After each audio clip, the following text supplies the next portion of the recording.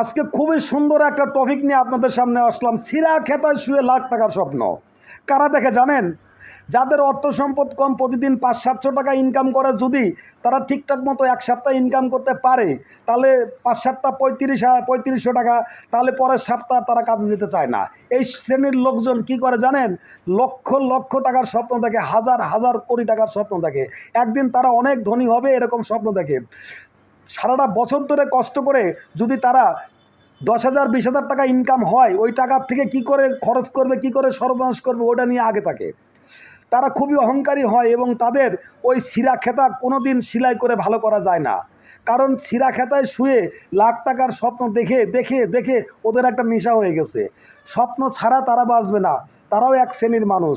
আসলে তারাই কিন্তু সহজ সরল লোক।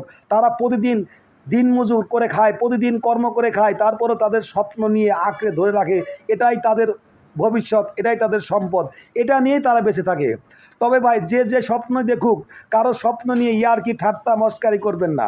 একজন ব্যক্তি যদি প্রতিদিন 200 টাকাও ইনকাম করে, সে যদি স্বপ্ন দেখে আমি সামনের বছর প্রতিদিন 10,000 টাকা করে ইনকাম করব, 5,000 টাকা করে ইনকাম করব, এইটা করব, ওইটা করব, সেটা করব, বিভিন্ন ধরনের স্বপ্ন সে দেখতেই পারে, সে বলতেই পারে, তাকে ভাই তুচ্ছভাবে কখনোই অবহেলা করবেন না, তাকে অপমান অপদস্থ করবেন না।